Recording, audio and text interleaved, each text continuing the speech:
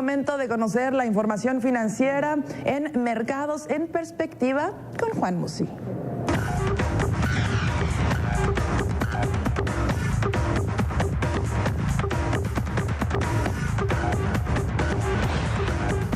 ¿Qué tal? Muy buenas noches. Me da gusto saludarlos en Mercados en Perspectiva. Pues la verdad es que tuvimos una semana más que movida, una semana sobre todo con un tono muy negativo, con un pesimismo, pensábamos en 6 estrategias por Somoza Musi, incluso un pesimismo exacerbado. Haciendo un breve recuento de los hechos, una semana en la que predominó el miedo a la recesión de nuevo en Europa. La información que vino fundamentalmente de esa región siguió siendo mala en términos generales.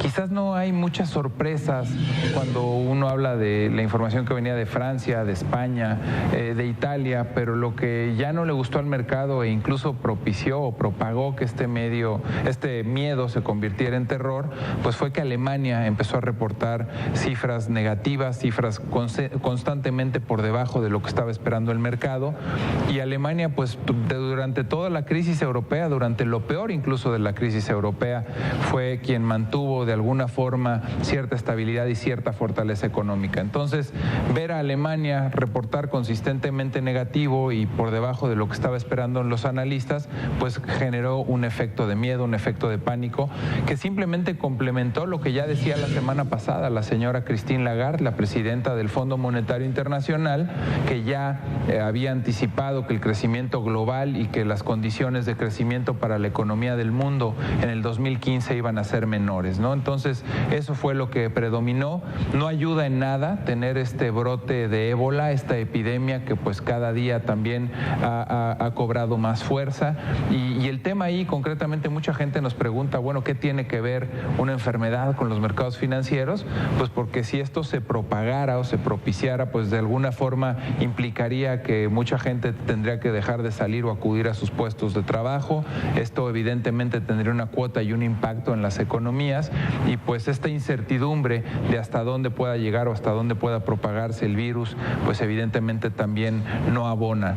Otra nota importante de la semana fue el precio del petróleo, que incluso por momentos la mezcla mexicana estuvo por debajo de los $80 por barril.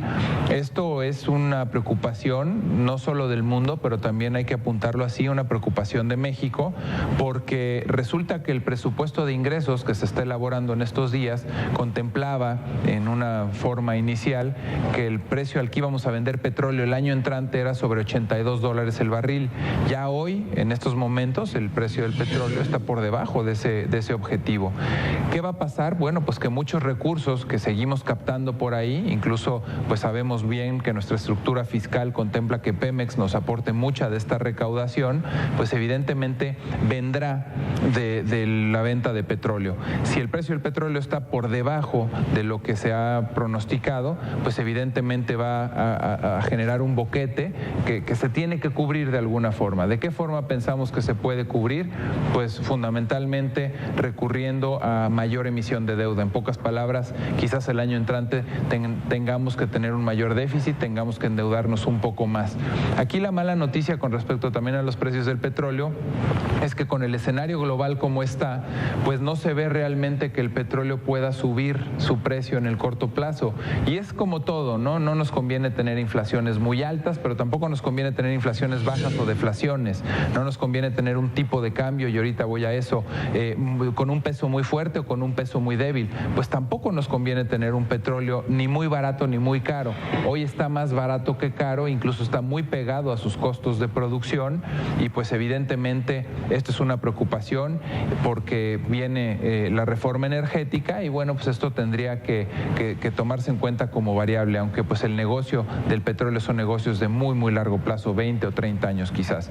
Me paso al tipo de cambio, pues evidentemente todo este miedo, toda esta incertidumbre, todo este tema que hemos venido comentando de los temores sobre la economía global, pues resulta que han propiciado también que mucho dinero que estaba en mercados emergentes, entre ellos México, empiecen a haber salida de recursos, salida de inversiones que se regresan a Estados Unidos, y por eso el tipo de cambio esta semana lo vimos por momentos incluso en 13.68.